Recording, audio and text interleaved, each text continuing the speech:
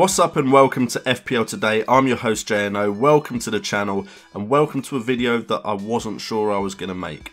Today we are looking at my team. I suppose you could say this is my first FPL draft that at least I'm making a video on, but those of you that have been in the live stream have seen various versions of this team. But a lot of my subscribers have asked me to do a video about my team and about how I'm approaching the Fantasy Premier League, so here it is. But before we get into this video, if you enjoy FPL content in your YouTube subscription box, consider subscribing to the channel where we're doing 30 days of FPL, trying to get a video up every day in the lead up to the Fantasy Premier League season. Now, let me just explain before we actually look at my team, which should be to the side of me, why I wasn't going to make an FPL first draft team video.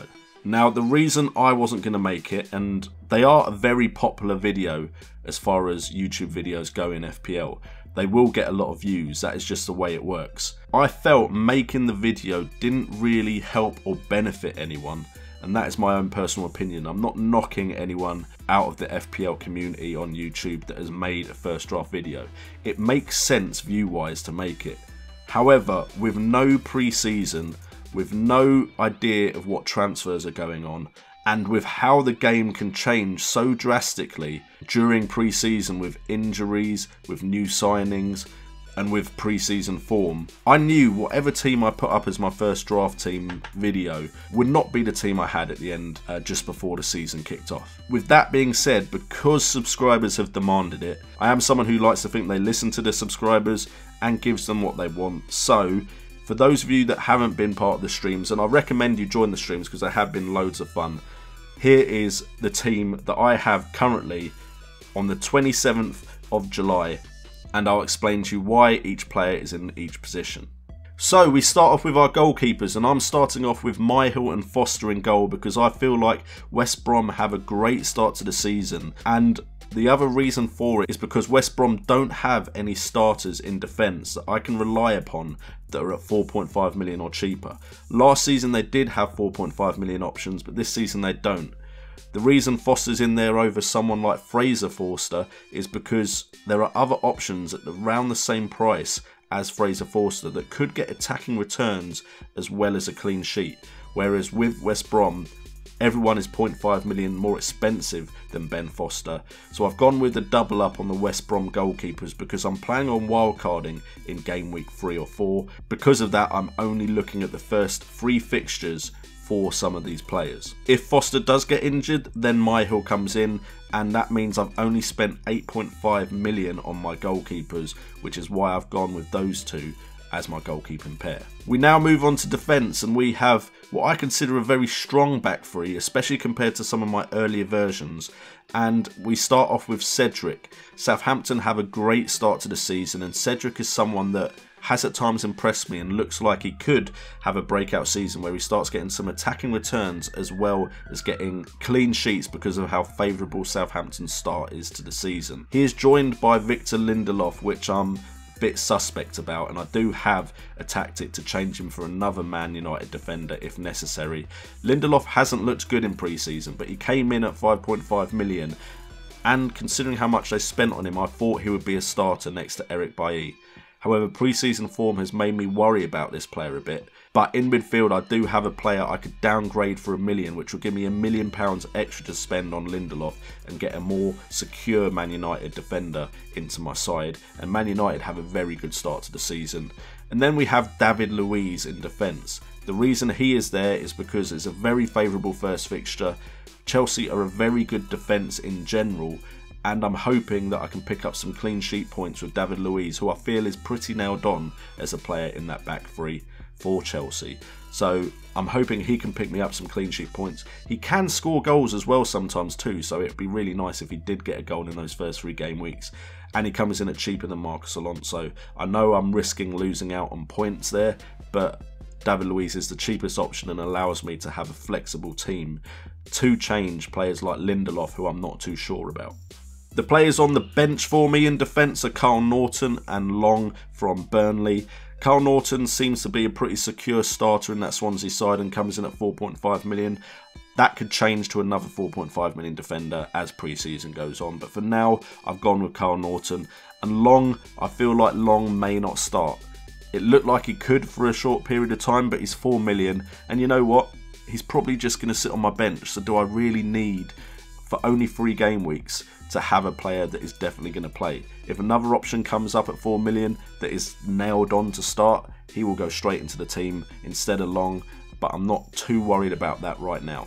Moving on to the midfield, and I have gone against my general squad budget spend for midfield, because usually I'd have a 10 million plus midfielder somewhere in this lineup, but I don't, which is surprising to me.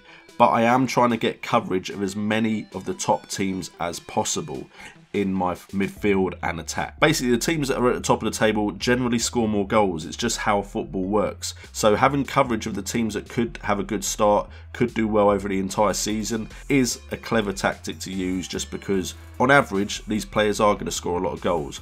My most expensive midfielder is actually Philippe Coutinho. He's a nailed-on starter, one of the most important players in the Liverpool side. There is rumours of him moving, and if he does move, there are other midfield options for Liverpool that could be just as good. But I'm going with Coutinho for now because I know what he can do in the game. I know he played in the Premier League before. Hopefully he'll have a great start. So Coutinho is the Liverpool choice for me right now, especially with Mane and injury concern. We then have Leroy Sané as my Man City coverage in midfield. A very good first fixture against Brighton Hove Albion. You never know, Sané might not be nailed on. I've watched some Man City pre-season games and he hasn't started, and players like De Bruyne have. But Leroy Sané has shown some very good form at the end of last season. Is quite cheap still considering what he did manage to do at the end of last season. So Leroy Sané is for now my Man City coverage. And then for my Chelsea coverage in midfield, we've gone with Pedro, but this could easily change to Willian if I need some money to spend elsewhere. Eden Hazard is injured for the start of the season. Pedro isn't even a nailed-on definite for the start of the season either, but I feel like Pedro probably has a bit more of an explosive nature to him and could kind of take over the Eden Hazard role in that front three alongside Morata and Willian. So I'm hoping for great things from Pedro, but I'm very willing to move to Willian, so I've got more money to spend elsewhere in the side. This could be used to maybe put in someone like Kevin De Bruyne over Sané, or bring in someone like Eric Bailly over Lindelof.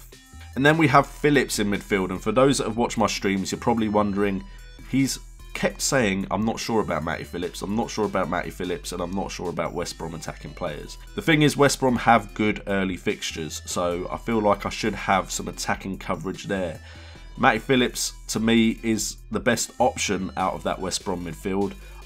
Part of me doesn't feel right about putting him there, but if West Brom do have a good start to the season because of their fixtures and I don't have a West Brom attacking option, that could really hurt me. So Matty Phillips comes into the side and has Bournemouth at home for his first game, so hopefully he can get me some points there.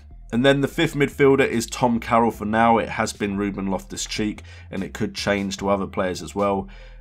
Ruben Loftus-Cheek and other players like Chalobah have been players that Chelsea have been loaning out to all sorts of clubs all over the place, whereas Tom Carroll has played in the Premier League, which is why at the moment he is getting the nod.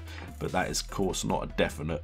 That could quite easily change in that position, and he's most likely not going to start anyway. And then we have the front three, and I've gone for the coverage of the strikers that to me have the best likelihood of having a good start to the season. Now there are players that are missing like Aguero, like Gabriel Jesus, like Lacazette, like Morata, but these two players have proven themselves in the Premier League. Not too much has changed for either. I know Harry Kane and Spurs are going to Wembley. I know Lukaku's changed club to Man United. Lukaku's form on pre-season hasn't inspired me, neither has Harry Kane's really, but these two have scored in the Premier League. They've scored lots and they have decent starts to the season.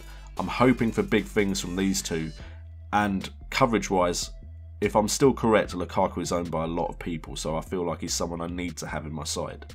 And then joining him up front is, at the moment, Charlie Austin, and I just feel like, again, I need Southampton attacking coverage for the start of the season because their fixtures are so good. At the moment, Charlie Austin is the one I put in there, but I may have to move it around to Gabbiadini or to Long. Who knows who's going to start up front for Southampton, but I feel like I need the Southampton coverage there, which is why Austin is currently occupying that third striker position.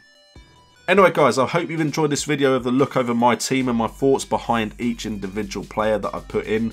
I will make another video like this closer to the season where I feel like my decisions will be based more in facts and I will be definitely more ready for the beginning of the Premier League season. So look forward to that. If you've enjoyed the video, please hit that like button and hit that notification bell if you want to know when I'm releasing FPL Today videos live. It's a very busy weekend for me, so there may not be a stream over the weekend. I might try and sneak one in on Saturday, but otherwise don't hold out any hope for that. And hopefully I've got this video out on Saturday, so you've still got FPL content for 30 days of FPL. I've been JNO, this has been FPL Today, and remember, it's all about the game.